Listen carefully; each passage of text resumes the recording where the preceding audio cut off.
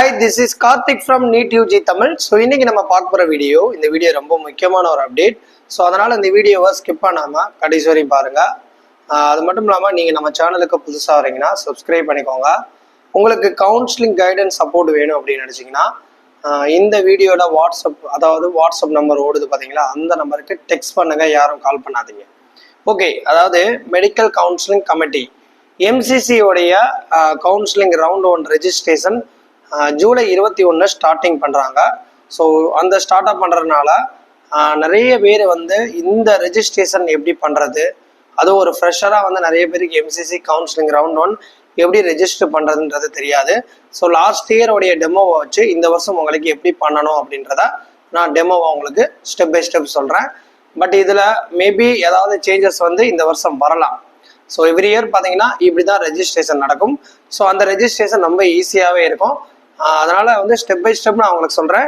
First வந்து website வந்து mcc.nic.in.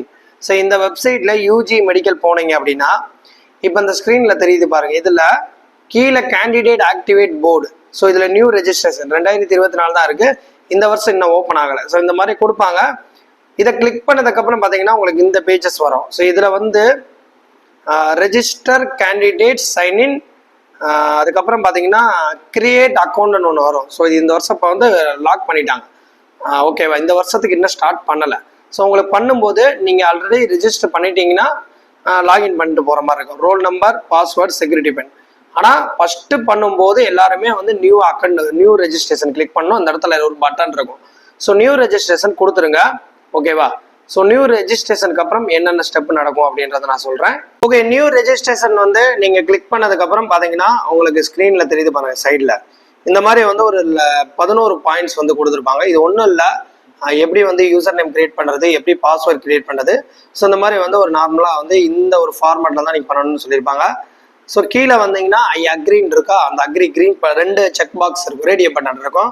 ஒன்று I agree, I don't agree. நீங்கள் எல்லாருமே அக்ரி தான் கொடுக்கணும். ரெஜிஸ்டர் பண்ணுறவங்க அக்ரி கொடுத்துருங்க. இது வந்து முதல் ஸ்டெப். அக்ரி கொடுத்ததுக்கு அப்புறம் நியூ கேண்டிடேட் ரெஜிஸ்ட்ரேஷன். ஸோ இதில் வந்து நீங்கள் என்ன பண்ணணும்னா உங்களுடைய admit card, NEET score card ரெண்டுமே எடுத்து வச்சுக்கோங்க. இந்த வருஷம் 2025 ரெஜிஸ்டர் பண்ணுறவங்க உங்களுடைய நீட்டோடைய ஸ்கோர் கார்டு அண்டு உங்களுடைய அட்மிட் கார்டு ரெண்டுமே எடுத்து வச்சுக்கோங்க.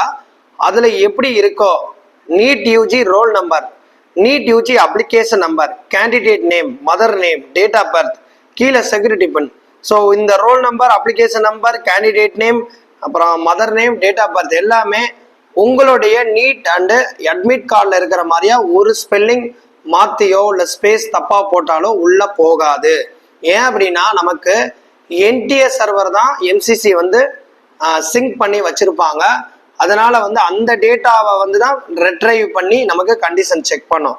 அப்போ வந்து நீங்கள் ஒரு டேட்டாவை மாற்றி நீங்கள் கொடுத்தா கூட, மேனுவலாக டைப் பண்ணி மாற்றி கொடுத்தா கூட அது வந்து உங்களுக்கு உள்ளே போகாது. அதனால் வந்து நீங்கள் ரெஜிஸ்டர் பண்ணும்போது அட்மிட் கார்டு, ஸ்கோர் கார்டில் எடுத்து உங்களுடைய நேம், ஸ்பெல்லிங் மிஸ்டேக் இல்லாமையும் ஸ்பேஸ் இல்லாமல் அதில் எப்படி இருக்கோ அப்படியே காப்பி பண்ணி பேஸ்ட் பண்ணுற மாதிரி டைப் பண்ணுங்க. ஓகேவா, ஸோ இது முதல் ஸ்டெப்பு. ஓகே, ரெஜிஸ்டர் பண்ணதுக்கப்புறம் உள்ளே வந்து என்ன பண்ணணும்னா ஆட்டோமேட்டிக்காக உங்களோட உள்ளே போயிடும். ஸோ இந்த ஸ்க்ரீனில் பார்த்தீங்கன்னா தெரியும், உங்களுடைய roll number, application number, candidate name, mother name, date of birth எல்லாமே வந்துடும்.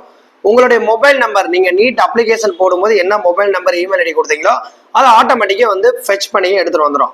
ஸோ இது வந்து என்டிஎஸ் சர்வர்லேருந்து தான் எடுத்துகிட்டு வரும். ஓகேவா, அதுக்கப்புறம் நீங்கள் என்ன பண்ணுங்கன்னா பாஸ்வேர்டு கீழே பாருங்க, கடைசியில் choose your password, confirm password, 2 password வந்து நீங்களே உங்களுக்கு, ஏன்னா இது உங்களுடைய லாகின் தான்.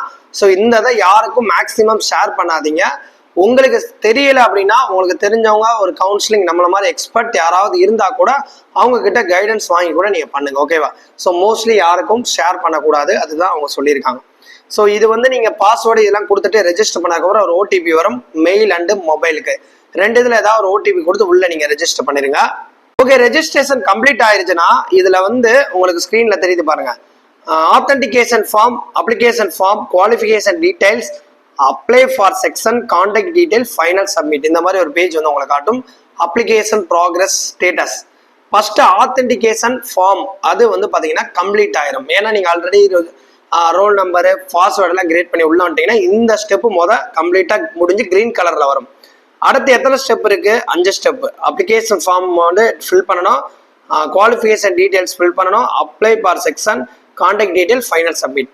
இது வந்து முதல் ஸ்டெப்பா. ஸோ இதை வந்து நீங்க முடிச்சதுக்கு அப்புறம் அப்ளிகேஷன் ஃபார்ம் வந்து நீங்க கீழே இருக்கு பாருங்க, you have successfully register, kindly fill the details application form to complete the registration process. கீழே ரெட் கலர்ல ஒரு பட்டன் இருக்கு பாருங்க, அப்ளிகேஷன் ஃபார்ம், அதை கிளிக் பண்ணிக்கோங்க. அதை கிளிக் பண்ண, அதாவது அதை கிளிக் பண்றதுக்கு முன்னாடி இந்த விண்டோல லெஃப்ட் கார்னர்ல verify mobile number, email ID இருக்கா? ஸோ உங்களுக்கு வந்து ஏதாவது ஒன்று வந்து வெரிஃபை ஆயிரும், உள்ள வரும்போதே வெரிஃபை பண்ணிடுவீங்க. ஏதாவது உங்களுக்கு வெரிஃபை ஆகலைன்னா நீங்க மொபைல் நம்பரையோ இமெயில் ஐடியோ வெரிஃபை பண்ணிக்கணும். இப்போ பார்த்தீங்கன்னா அந்த ஸ்க்ரீன்ல தெரிகிறது இமெயில் ஐடி வெரிஃபை ஆயிருக்கு, ஆனால் மொபைல் நம்பர் வெரிஃபை ஆகலை. ஸோ அதனால வந்து நீங்க ரெஜிஸ்டர் பண்ண மொபைல், இந்த பட்டனை கிளிக் பண்ணீங்கன்னா வெரிஃபை ஒரு மொபைல் நம்பரை கிளிக் பண்ணீங்கன்னா உங்களுடைய அந்த மொபைல் நம்பர் ஆல்ரெடி நீங்க என்டிஏக்கு ரெஜிஸ்டர் பண்ற அந்த மொபைல் நம்பருக்கு ஓடிபி வந்து ஸோ வெரிஃபை பண்ணி வச்சுக்கோங்க. ஓகேவா? இது ரொம்ப முக்கியம், வெரிஃபை பண்ணி வச்சுக்கோங்க. ஓகே, அப்ளிகேஷன் ஃபார்ம் வந்து நான் ஃபில் பண்ண போறேன். Gender, nationality, religion, category, person with disability, அதுக்கப்புறம் வந்து do you want to apply for armed forces medical colleges.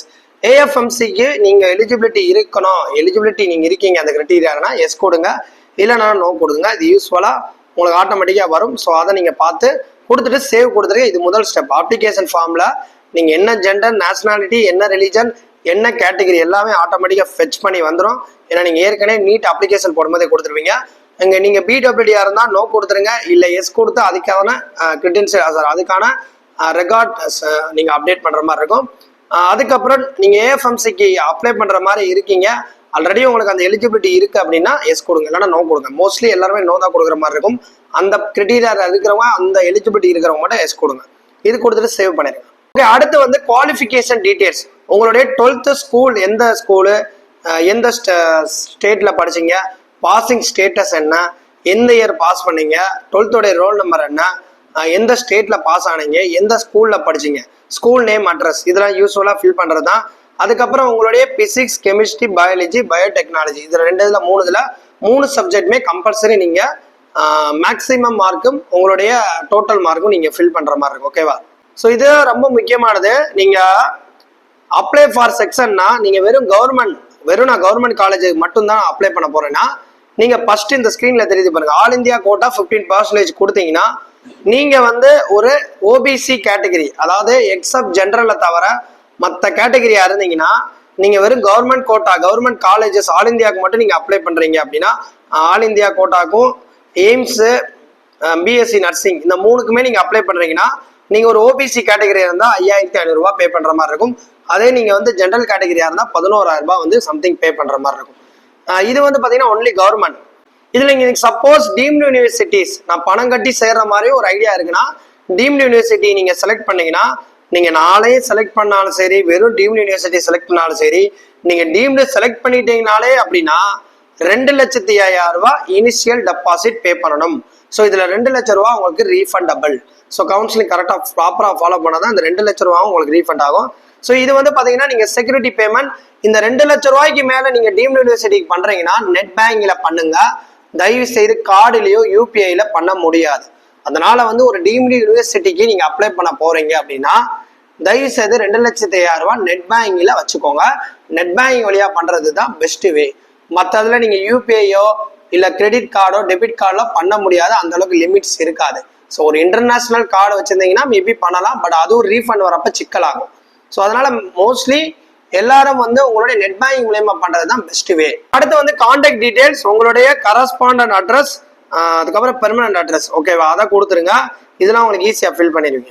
Okay, அவ்வளவுதாங்க. நீங்க சைட்ல பாத்தீங்கன்னா தெரியும், அப்ளிகேஷன் ஃபார்ம் ஃபில் பண்ணியாச்சு. உங்களோட அப்ளிகேஷன் ஃபார்ம் ஆன்லைன்ல உங்களுடைய நெட், அதாவது என்டிஎஸ் சர்வர் வந்து உங்க போட்டோ, நீங்க அப்ளிகேஷன் போடும்போது என்ன போட்டோ கொடுத்தீங்களோ அது வந்துடும்.